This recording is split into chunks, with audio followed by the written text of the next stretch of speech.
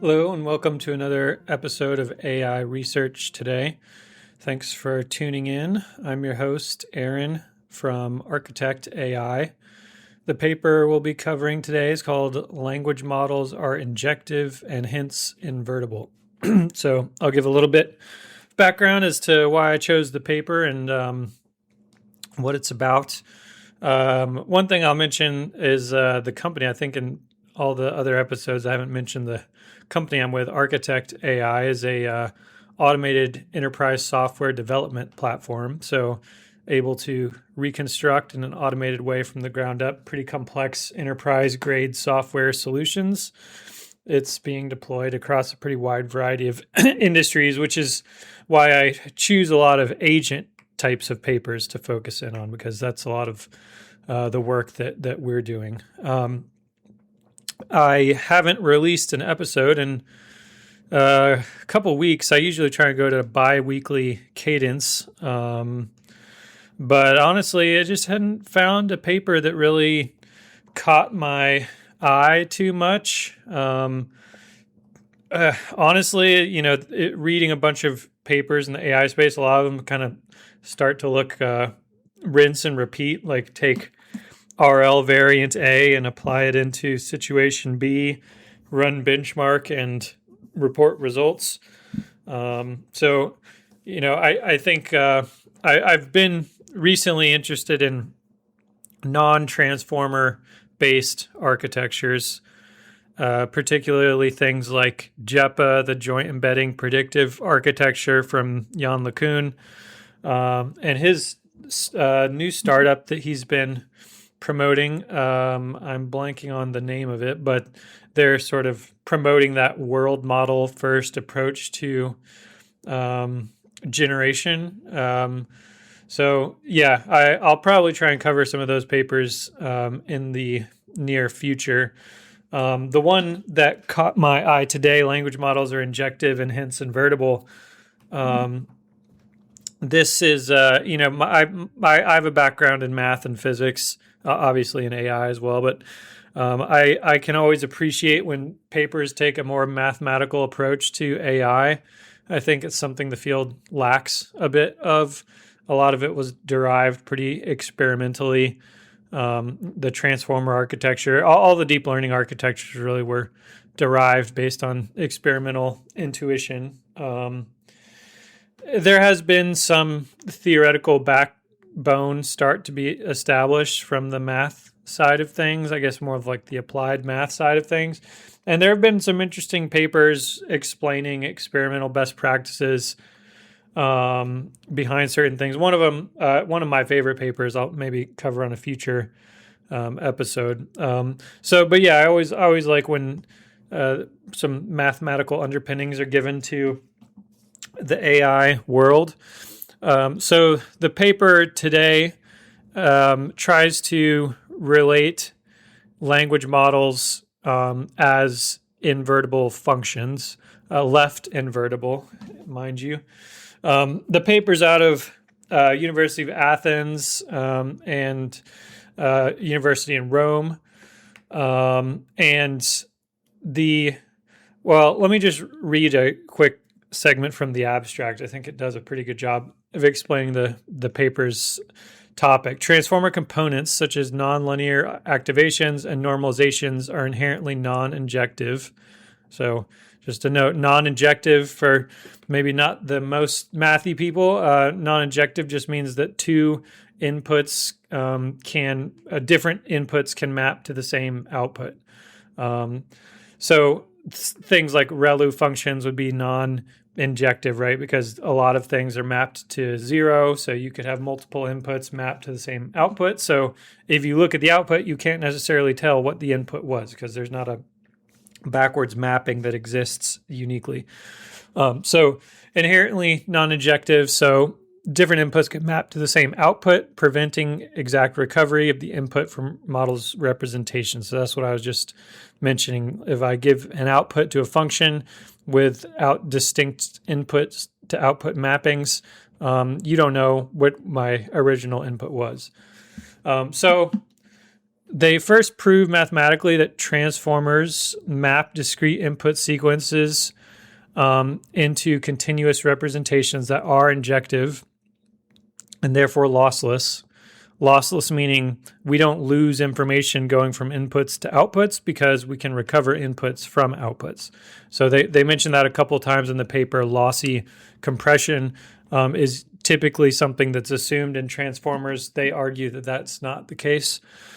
And they then perform billions of collision tests. Collision tests meaning if we take two different inputs and try and take an input, slightly vary it, and then can we get the same hidden state output representation?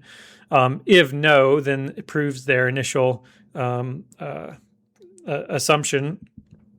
And then they also provide this algorithm to, given a hidden state representation of a decoder-only transformer model, we can recover the input prompt, which is pretty cool. And they show this working in a variety of different models and sizes. We'll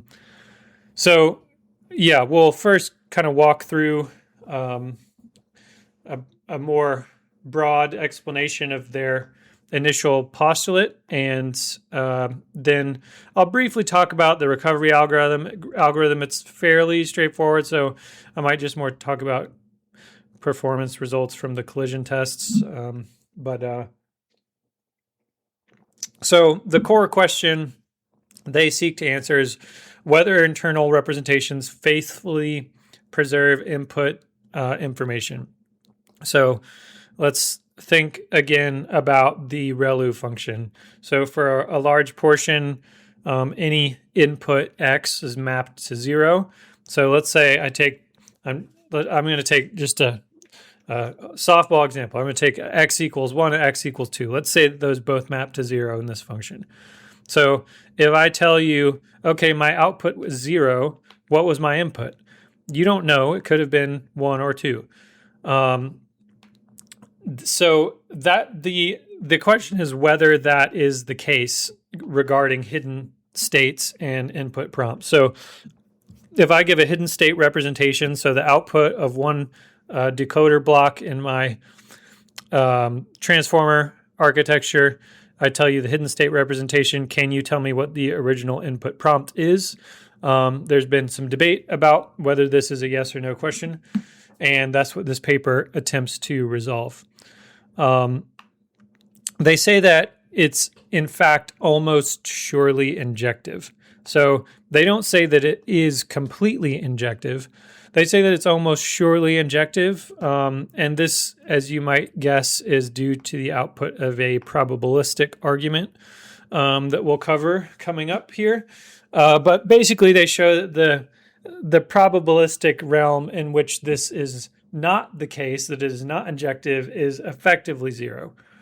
And that, in fact, even after initialization and then gradient descent steps towards optimization, this condition still holds true. I will say the paper is pretty long. So the core read is 8 pages, and then there's a couple pages of references. But the whole paper itself is 58 pages. So pretty beefy paper to pour through. The appendices are all the proofs.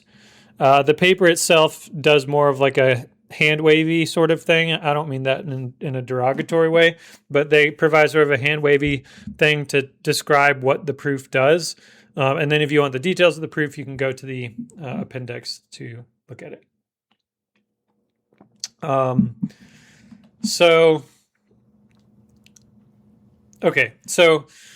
the key idea is that the components of the transformer, so these would be things like embeddings, layer norms, MLPs, residual wiring, are smooth enough that the model as a whole behaves predictively with respect to its parameters. And they show, in fact, that the parameter set on which collisions could occur has measure 0, or that the volume of the parameter set that would allow this condition to hold true in the weight space is of volume 0. And they do this by relying on the real analyticity of the individual components themselves. So real analytic function in real analysis just means that any point in a space can be represented perfectly within some error by a polynomial function. So, and properties of these functions are what allow them to generate these proofs that the volumes in which collisions could occur for these functions are effectively zero in the parameter space. Okay. So again, the function, it's real analytic. It's like, let's say we have a point x naught. We can write it f of x at this point x naught as a sum over some polynomial series. And since they're polynomial, then it's infinitely derivable. And the Taylor series at a point converges to the exact function itself, not just an approximation of it. Okay. So I'll read a couple lines from one of their blurbs here. Our central finding is that the causal decoder-only transformer language model is almost surely injective. So if we take some model with some width d, at least one attention head per block, real analytic components, meaning like the ReLU function, the weight ties, layer norm is all ReLU, is all real analytic. And we have some finite vocabulary and finite context length. We initialize parameters theta at random with any distribution we want. The key is that it's continuous, like Gaussian or something. And then we train for t steps, t gradient descent steps. With probability 1, different inputs will have different outputs. Okay, so this is the statement their paper wishes to prove. And so we'll turn now to quick kind of summaries of the few proofs that they walk through in the paper.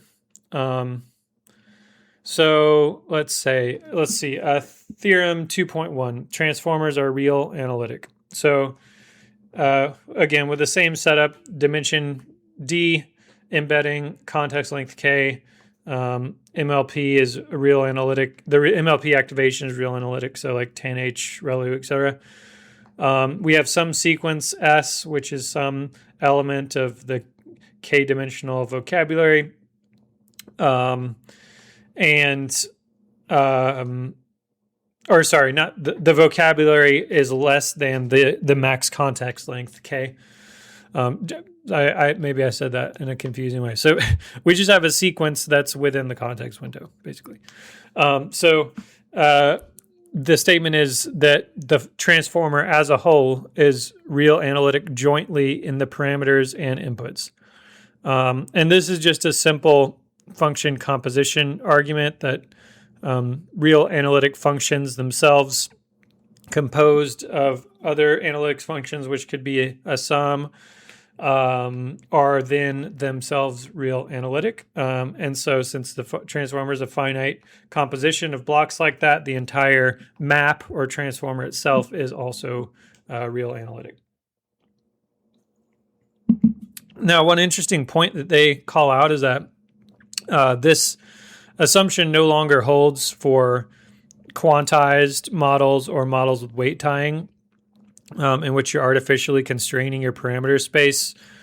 Then there's more of a possibility of these collisions occurring. Okay, so the next theorem, transformers are almost sure injectivity at initialization. So if we draw theta from some distribution, let's say Gaussian. So we've just initialized the parameters of the weight matrices and other parameters that are initialized in our transformer. We take two distinct prompts, S and S prime. The statement is the probability that the output of each of those is equal, given that the inputs are different, is 0. So, okay, let's see. How do we do this here? So let's take these two input prompts that are different, S and S prime, and let's consider the difference between their outputs. So this is denoted as H in the text. But let's say that R of S minus R of S prime, where R is our transformer. Each of these would have the same theta set of parameters, and then we're looking at the squared norm, basically like the distance from these two outputs. So we have two different inputs, and we have a function that's just the difference in the outputs of the transformer. This function itself is real analytic because it's composed of real analytic functions. And a statement from real analysis in real analytic functions says that either H is identically 0 or its 0 set has Lebesgue measure 0. So the Lebesgue measure 0 would refer to the volume of the parameters which allow this to be true. If H is identically 0, that means that the outputs are equivalent, which breaks the injectivity. So we want to rule out that these outputs could be the same, meaning that the only case remaining for this function is that the parameter set that allows this to be the same has Lebesgue measure 0. And so they rule out, they find a single case where the H is identically 0 is broken. And this is just done using some sort of arguments around the difference in last tokens for these two input sequences. You just freeze the last token state, and then you can do some operations upstream of that to show that the outputs are in fact different. And this is what breaks that initial identical to 0 argument. So if H is not identically 0, the collision set then has Lebesgue measure 0. And so the probability of sampling from a volume of measure 0 is 0. And so that's how they wind up at this statement that the transformers are injective. They also make another follow-up theorem 2.3, that injectivity is preserved under training. So this one's important, I guess, like if we initialize some set of parameters at time theta, and then we train our model for t steps of gradient descent, does the injectivity condition still hold?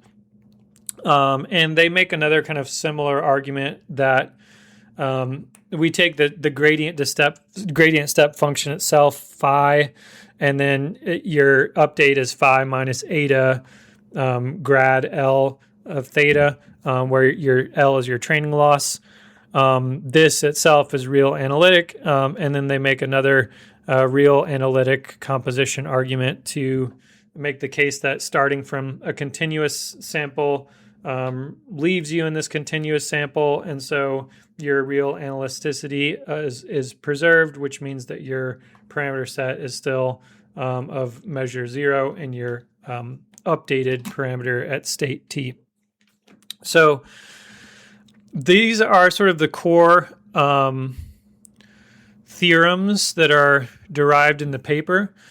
They do come up with a recovery algorithm, SIPET, which allows them, given some hidden state representation, to recover the input prompt. I won't go through details of that algorithm, but I will discuss a little bit about the experiments they run.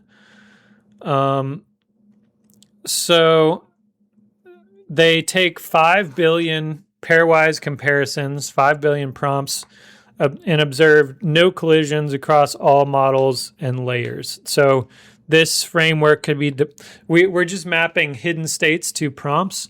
So this could be measured at any layer. They try this for a few different models, 5.4, Mistral 7, Llama 8, and then Tiny Stories 33M, which I'm not even familiar with that one. And then they also look at some of the original GPT-2 models and Gemma 3 up to 12B. Again, in the non-quantized version of the models, they observe no collisions. They also call out, they don't observe collisions in the quantized models, but that mathematically it should still be possible. I'm sorry, I just noticed that as I was scrolling through the paper, probably worth calling out.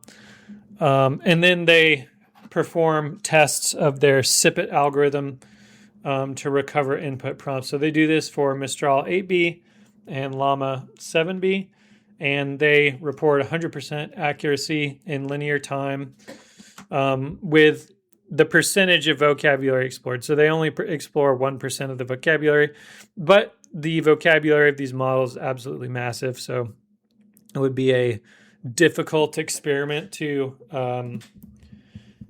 explore much more or a more complete percentage of the vocabulary. So yeah, that's kind of takes us to the end of the paper. They provide reproducibility setup. So they tell the hardware, software, data sets. They have the prompt benchmark. It doesn't say they released the code to run this, but yeah, they have some things released. Like I said, the back half of the paper is a lot of proofs involving polynomials that are real analytic and some statements, things like Taylor series and those sorts of things to prove the theorems we kind of hand waved our way through above. But yeah, I think one thing I will say I found a little annoying was I feel like I feel hypocritical here. Well, I definitely think AI was used to write some of the paper, just because the first 2 or 3 pages repeat the same 3 points multiple times, which just sort of seems like you're trying to make it longer. And so you just end up repeating things. But not a huge deal. The results itself are pretty interesting. Another complaint I had is the initial figure 1 in the paper has a map between a saddle and a latent space with an epsilon and delta. It makes you think of the continuous limit definition from real analysis or from calculus, I guess, as well. But really, they're just trying to show that different inputs map to different outputs. So it's not like a limit argument or continuous function argument, continuity to point or limits approaching each other sort of thing. Just felt a little misleading. But yeah, beyond that, I like the approach. I think it's pretty cool that you can recover the inputs from the outputs. I think some interesting downstream effects to consider from something like this is IP theft. So if we can reconstruct input prompts from hidden states, and they do mention this in the paper as well, does this allow some sort of way to potentially design something that allows you to recover weights given outputs of a model? There's a lot of controversy in the news with some of the Chinese firms that have been accused of mass stealing outputs from models like Claude and OpenAI, and then distilling the knowledge into their own transformers. So, yeah, IP theft is already a concern in the industry, especially if you spend $1 billion to train one of these models. Someone comes along and swipes the weights. That's not a place you want to be in.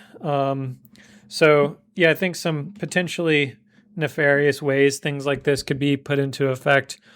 But nonetheless, I like the approach to defining the transformer more mathematically and trying to understand its function in a more abstract space. I think frees you of the constraints of having to worry about, minor variant of attention number 4003 and more into the overarching setup of what these models are doing and how to relate them to each other in a more abstract space.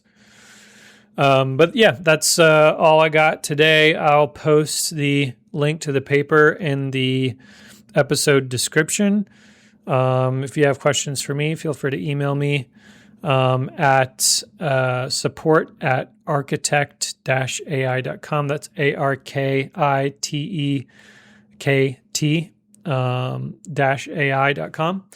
And other than that, if you have any papers you'd like me to discuss, or if you've written a paper you'd like to discuss, come on as a guest in the podcast. I would be open to that discussion. Just send me an email or leave a comment on a thread and I'll pick it up. And other than that, I appreciate everyone listening.